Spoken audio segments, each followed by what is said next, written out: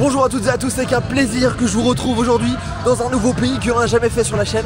On est en Roumanie pour l'Euro Espoir, Euro U21. On a suivi 4 matchs dans 2 villes différentes, dont la capitale Bucarest et cette ville de Cluj où on a fini. Donc je vous fais suivre tout ce trajet avec 4 rencontres, la course, des belles nations, des gros joueurs. On a vu du beau football. Allez, je vous emmène avec moi. Je suis encore essoufflé parce que on a vécu beaucoup de matchs, on a couru partout et c'est parti pour cette aventure. N'hésitez pas à vous abonner sur Insta, sur TikTok et à cette chaîne YouTube. Et puis moi je vous dis à tout de suite pour ce périple, ce voyage en Roumanie. Pour le dernier trip de la saison 2022-2023, c'est en Roumanie que nous allons vivre un week-end de football avec 4 matchs au programme dans 4 nouveaux stades. C'est le 27e pays que je visite pour le football et on se retrouve tout de suite à l'aéroport de Bucarest dans une chaleur étouffante. On va vous faire suivre les 48 heures en Roumanie, on vient d'arriver. Le taxi est là et il fait chaud, c'est horrible ici. Chaleur de malade. Hop, et on est parti ensemble hein, pour ce dernier vlog de la saison. Et c'est parti. Et voilà.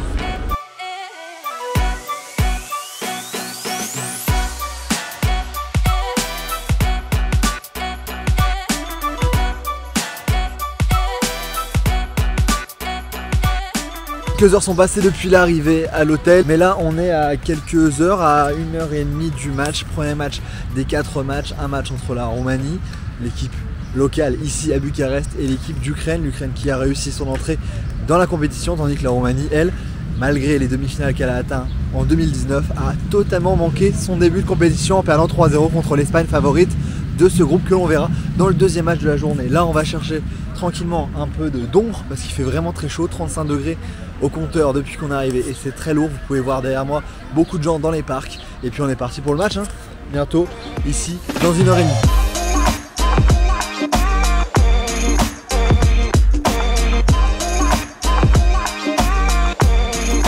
Sur la route du stade qui est juste là-bas, on voit déjà quelques maillots, quelques drapeaux. Il y aura pas mal de monde je pense pour la Roumanie qui doit gagner ce match. Là ça vend même sûrement des drapeaux juste devant nous ici de la Roumanie. Comme vous le voyez autour du stade, c'est encore en travaux. Le stade a été construit en 2021, c'est une enceinte archi moderne, 31 000 places, stade classé 4 étoiles UEFA. Donc on risque de voir quelque chose d'assez sympa de l'intérieur, moderne, stade du Steaua, le club historique de cette ville de Bucarest qui joue actuellement en 2e division et qui est le club le plus titré. Donc on va voir, il y a le musée normalement mais je sais pas si on aura le temps de le faire. Il y a le tram et là il est 18h25. On est maintenant à un peu plus de 30 minutes du coup d'envoi. On va voir comment on va faire pour rentrer ici dans ce stade. Les places ont coûté 7 €. On y est, on est tout près et c'est encore en travaux pas mal ici en Roumanie, pour mon premier match en Roumanie.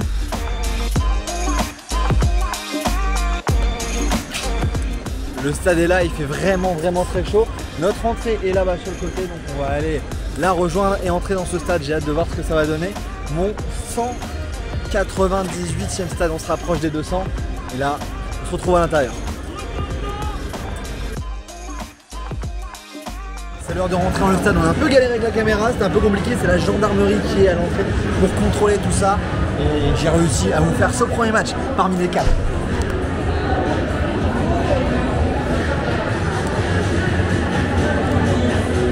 Vraiment le droit à un sacré stade. Ici, comme je vous l'avais dit, ça ne déçoit pas, il y a plutôt du monde comparé à ce qui s'est passé sur le début de compétition. Notamment, on a une amie qui est avec nous et qui a eu, elle, assisté à un match. Il y avait un peu moins de 200 personnes à Cluj où on ira dans le jour de demain. 10 minutes avant le match, on est bien installé ici.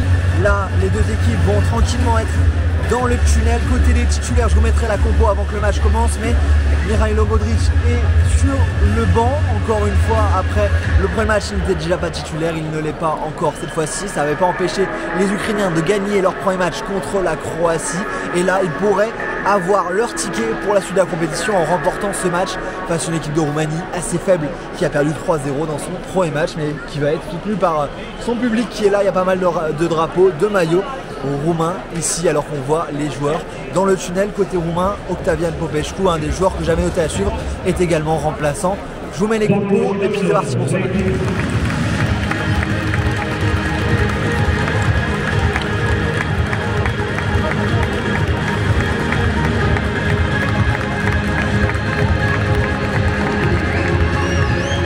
Les 22 acteurs sont sur la pelouse et ça pousse ici après l'hymne des deux équipes, tout le monde est en place et c'est parti pour ce premier des 4 matchs que l'on va vivre. La Roumanie dans la surface. Oh, le tribune. Ça part bien ce match. Devant les buts. Oh, l'arrêt énorme du gardien roumain.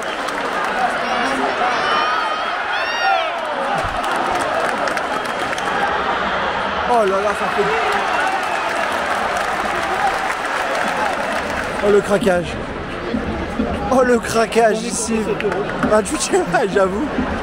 J'avoue, petit craquage ici. 28e minute de jeu toujours. 0-0 le centre roumain. Corner. Oh la passe. Oh la passe. Oh là, ça passe juste à côté. Allez, enchaîne. Enchaîne un peu. Oh, l'arrêt de tribune. C'est la meilleure action roumaine depuis le début du match. 43e minute de jeu. On est reparti dans cette deuxième mi-temps. Pause fraîcheur pour nous avec le vert qui fait du bien. 0-0 dans ce match. Le corner pour la Roumanie avec tout le public qui chante. Il n'y a pas beaucoup d'occasion. C'est dégagé. Parce que la frappe de loin va être reprise. Encore. 74e, toujours 0-0. Il y a une statistique que j'ai vue avant le match. Ça fait 42 matchs que cette équipe des espoirs ukrainiens n'a pas fait de 0-0. Est-ce que ça sera pour aujourd'hui? Voilà, arrêt du gardien roumain. Peut-être que cette salle va tomber.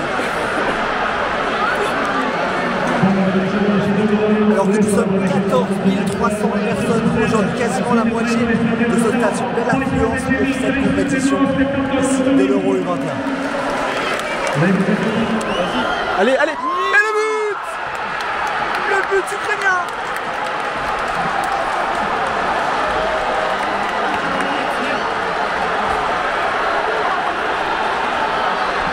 Le but ukrainien avec l'équipe entière qui vient fêter ça.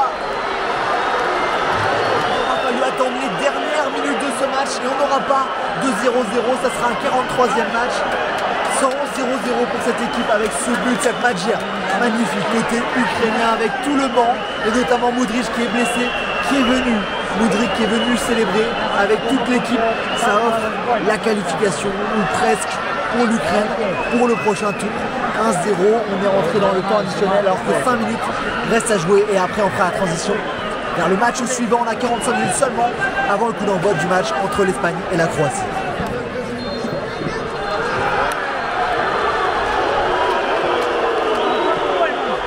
C'est terminé, fin du match numéro 1, victoire de l'Ukraine. Et là, on est parti directement prendre le taxi qui arrive d'ici 2 minutes pour filer à l'autre match. Vraiment la course là, faut nous repasser à l'hôtel avant d'aller au match. Donc là, on y va, on fonce.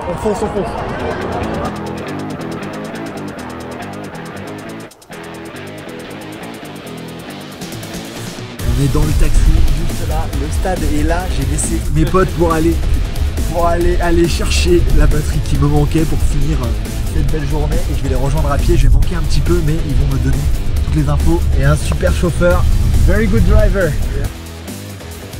C'est bon, j'ai le chargeur, let's go. On reprend le sac et on file au stade. J'ai sauvé cette partie du vlog, maintenant on va rejoindre le stade à pied. Normalement j'ai 15-16 minutes, on espère que ça va le faire. J'ai loupé les 15 premières minutes mais s'il y a quelque chose qui se passe dans le match, vous le verrez. J'ai demandé aux potes de filmer tout ça. Donc là on est parti, on y va. Je vous reprends quand je suis à l'intérieur parce que là ça va être une autre mission. Encore une autre mission. Pour l'instant on a loupé que 11 minutes. J'ai déjà loupé un but de l'Espagne marqué par Abel Ruiz, servi par Sergio Gomez. Le but du 1-0 à la première minute. Je suis même pas sûr que mes potes ils l'ont là. On est là, le stade est là, faut que je rentre. J'avais bien raison, ils ont rien vu, vous avez pas vu le but. Non. T'es content hein? J'ai rien manqué, mais vous avez pas les images non plus. Plaisir personnel. Non, il n'y a pas de plaisir, il n'y a aucun plaisir. Je suis tellement fatigué d'avoir couru comme ça. Mais c'est bon, on y est. Pour l'instant 1-0 du coup entre l'Espagne et la Croatie dans ce match. 21e minute de jeu, j'avais dit qu'on allait louper entre 20 et 25 minutes. C'est le cas. Allez, on se repose un peu et puis on plonge dans le match un peu. Oh l'arrêt! Oh l'arrêt énorme du gardien. C'est un truc de fou. C'est la 42e, il n'y a rien eu depuis que je suis arrivé. Vraiment, c'est stérile. s'est rien passé depuis que je suis arrivé. Mi-temps, 1-0 pour l'Espagne. On n'a pas le but, mais on se retrouve en deuxième. Alors là, juste là, il y a 2 cracks. Hein. Juste ici.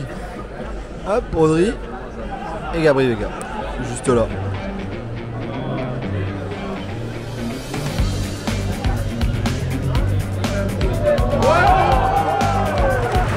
Pour la Croatie, 77ème. Ouh, la tête.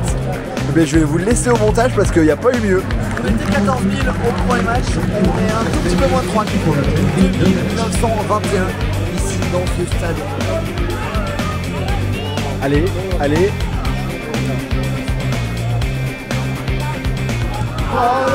Oh, c'est incroyable ce qui se passe. Oh, regardez ce qui se passe ici. Wesh. Wow. C'est une dinguerie. Ouais, c'est énorme. Je vous disais que ça manquait d'action, et ben là, on en a de l'action avec ce qui s'est passé, la feu d'artifice qui est partie avec des fumigènes parachutes. C'est la meilleure action, elle s'est passée en dehors du stade, je vous jure. Oh là ouais, là énorme, alors que le fumigène parachute n'est pas allé flotter. Oh, il est passé. Voilà, on n'aura pas vu de but, et victoire de l'Espagne.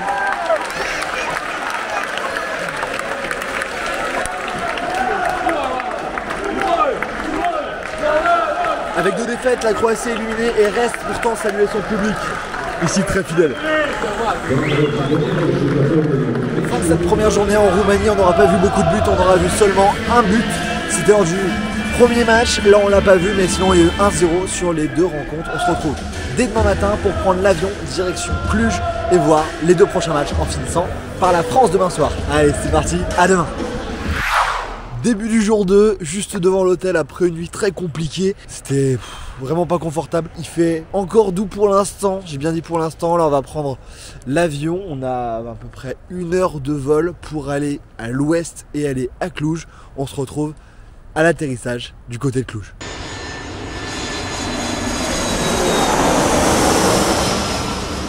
Une heure de vol après, on est bien arrivé à Cluj. Juste là, un tout petit aéroport. Le vol a coûté 80-85 €. Et pour repartir, on repartira également de là dès demain. Mais avant ça, on a 2 matchs à voir. Le premier est à 19 h. Là, il est seulement 9 h 30. Donc on va tranquillement se balader, découvrir un petit peu cette ville s'il y a des choses à voir. Et puis après, une petite pause, on mangera et on se retrouvera pour le match de 19 h. Le premier match, ce sera à la Cluj Arena, un très beau stade de l'extérieur. On va voir ce que ça donne de l'intérieur entre l'Italie et la Suisse pour le premier match. Puis après, le France-Norvège. On est là pour les Bleus. Hein.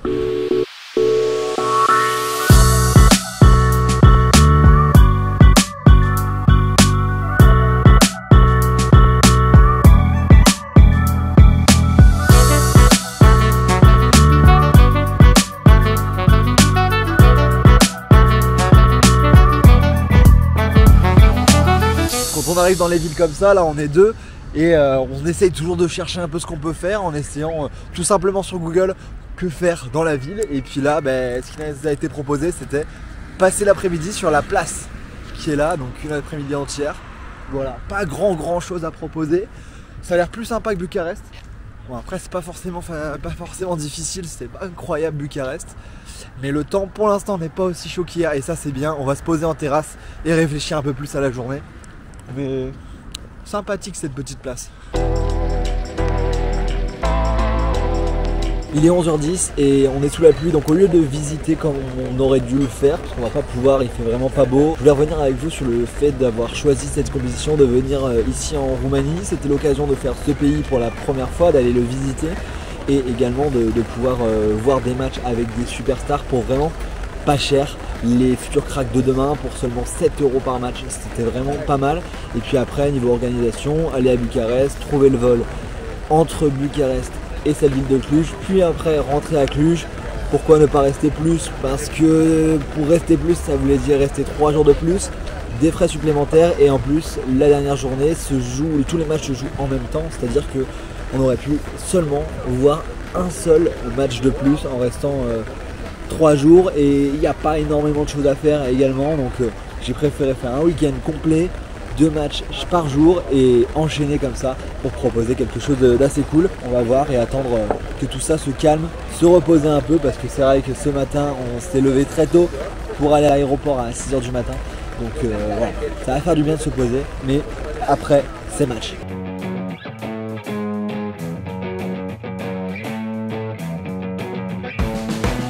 On y est, premier match de la journée à la Cluj Arena, qui est juste là derrière moi, stade de 2011, 30 000 places dans ce stade, qui a accueilli le premier match de l'équipe de France, la France qui a battu l'Italie dans ce stade, et l'Italie qui va devoir, elle, aujourd'hui absolument gagner contre la Suisse, qui a elle gagné également comme la France son premier match. Donc l'enjeu est grand, le stade est là, il y a pas mal de choses, on va essayer de tourner autour et voir pour rentrer à l'intérieur. Alors que les joueurs de l'équipe de France sont juste là, avant leur match de tout à l'heure. On sera juste ici, il y a une piste d'athlée donc on sera un peu loin, mais bon, pas trop le choix, on sera juste là pour le match. Le stade qui pour l'instant n'est pas très rempli, il n'y aura pas grand monde aujourd'hui, je pense qu'entre 3 et 4 000 personnes, et on va rentrer et accéder à la tribune dans quelques instants. Voilà les places que l'on a pour ce match, on espère qu'il va nous pleuvoir, normalement c'est bon. Regardez, le toit est juste ici encore assez ouvert.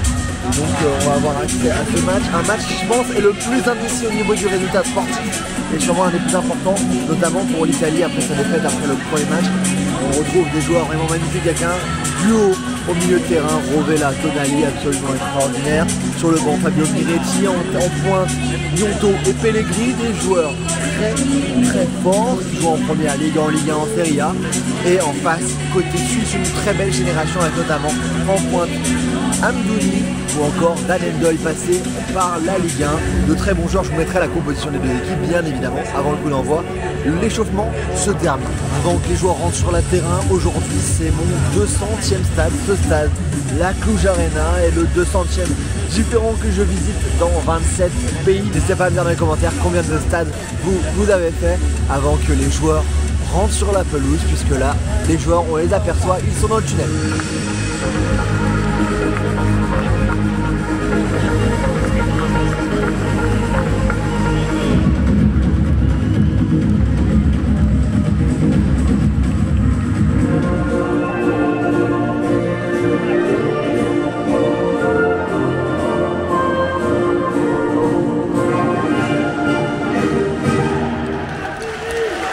Please remain standing for the national anthem of Switzerland.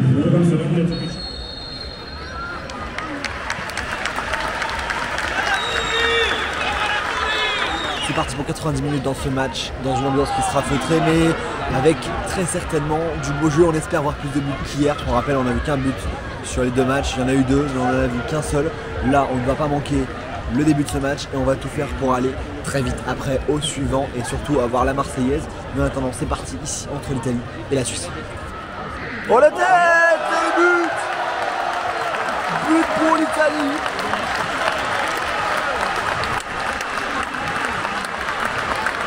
Sixième minute de jeu, je suis en train de dire que le stade est vraiment pas agréable pour regarder le match avec cette piste d'athlée immense. Mais là, on vient de voir un but sur un corner magnifiquement tiré par Sandro Tonali sur la tête du défenseur italien, le numéro 5 qui vient ouvrir la marque. Ça va ouvrir le match, c'est très bien puisque c'est les Suisses qui avaient le ballon depuis le début de la rencontre. On espère qu'on aura plus de spectacles, mais en tout cas une des stats sur 10 des 11 derniers matchs de la Suisse, il y a eu plus de 2,5 buts, donc on est bien parti pour que la stat soit respectée.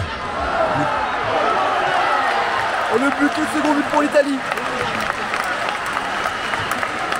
Goal scored by Italy by the player with the number 17, Wilfried Gnonto.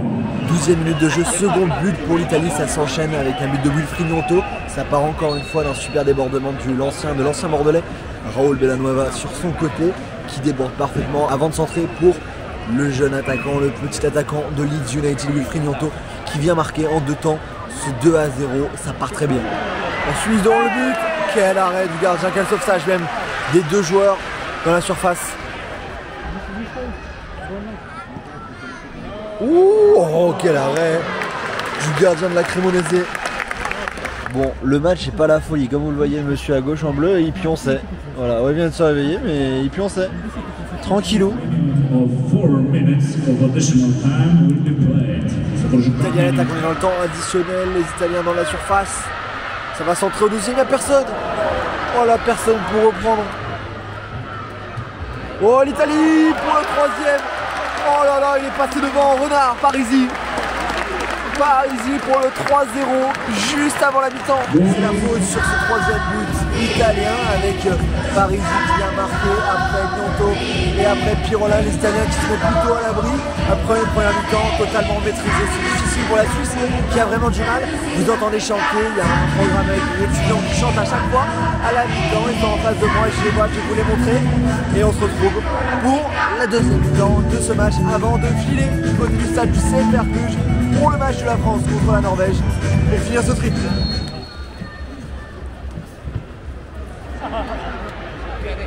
Oh le but de Zazin. Oh là là la frappe. Oh là là là là là là. On est à la 50e et les Suisses qui sont bien rentrés dans ce match, bien rentrés dans cette seconde mi-temps et qui pourraient espérer une remontada qui serait très importante puisque s'ils remportent cette rencontre, ils éliminent les Italiens. Oh les nouveaux buts suisses.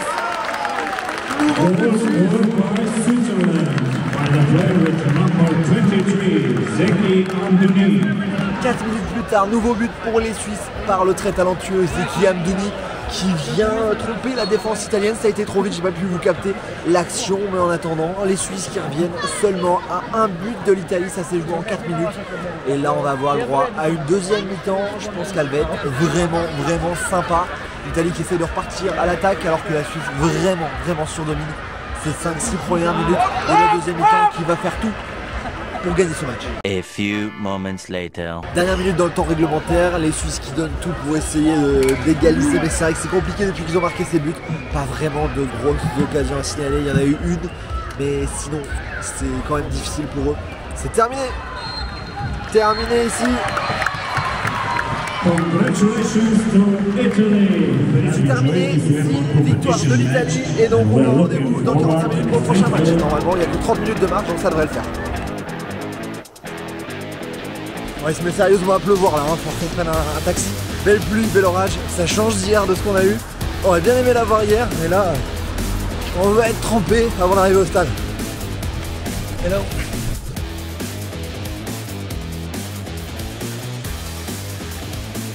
Perfect. Thank you so much. Bye. On sera à l'heure, match dans 25 minutes et on est bon, le stade est au bout de la route. On se retrouve à l'intérieur.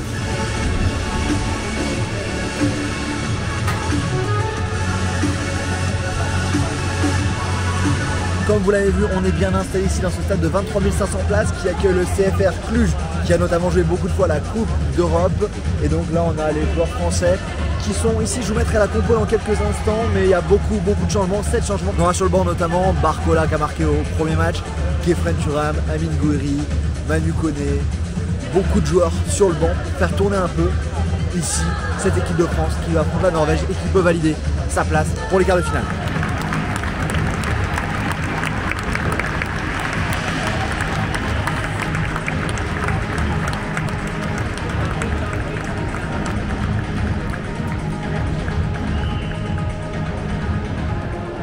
De la patrie est arrivée, marchons qu'ensemble abreuve nos sillons. Si on connaît bien cette équipe de l'équipe de France, on a du côté norvégien des joueurs à surveiller, Antonio Nusa du Club Bruges ou encore Eric Botheim en attaque. Côté milieu de terrain, Joshua Kitolano ou encore en défense, Jesper Dalland qui évolue au Cercle Bruges mais qui aura très certainement de nouvelles propositions très bientôt. Et c'est parti pour cette rencontre entre la France et la Norvège.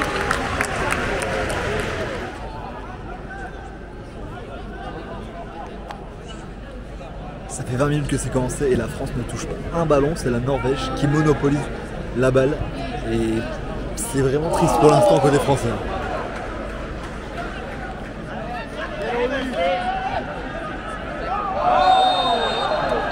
vous montrer une action jusqu'au bout pour vraiment vous montrer ce qui se passe dans ce match. Voilà. Voilà, c'est passionnant. D'accord. Et 0-0, il n'y a pas eu de football, rien à vous montrer vraiment. Donc désolé, mais c'est comme ça, on se retrouve en deuxième mi-temps. Le bleu à la surface, oh non, le manqué, la mine énorme.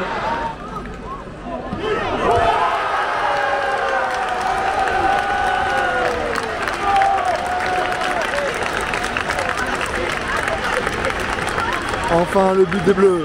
Alors qu'on approche de l'heure de jeu, les Bleus viennent de marquer enfin ce premier but qui va les libérer, on l'espère, avec Michael Olise. Et vous l'entendez, comme vous l'avez entendu lors de l'explosion de joie sur le but. Il y a des supporters français qui sont ici, on voit pas mal de maillots de Marseille, de Lyon notamment. Donc voilà, 1-0 pour les Bleus sur un but de Michael Olise. Gouiri, Cherki, oh l'arrêt magnifique de Clayson. Aujourd'hui on est 1500 à s'ennuyer, voilà, on est 1500 au stade. Pour ce match, toujours 1-0 pour les Bleus, il reste à peu près une quinzaine de minutes. A few moments later. Le temps additionnel qui va être annoncé ici, 4 minutes supplémentaires pour nos Bleus qui gagnent pour l'instant ce match, mais vraiment on dort, on ronfle même. Allez les Bleus, allez les gars, allez. Allez, oh l'arrêt norvégien.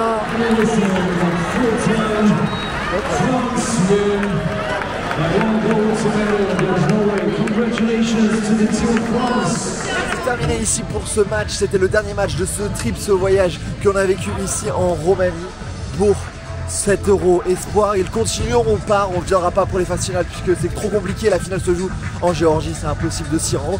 Mais en tout cas c'était un plaisir de vous faire suivre tout ça sous un autre format un peu différent et j'espère que vous avez apprécié. N'hésitez pas à vous abonner sur Insta, sur TikTok et vous abonner sur cette chaîne YouTube. Et puis si ça vous plaît, on fera d'autres compétitions européennes comme ça avec l'année prochaine, notamment l'Euro qui jouera en Allemagne. Allez, je vous dis à très vite, vive le foot et vive le Grand Opi. Ciao.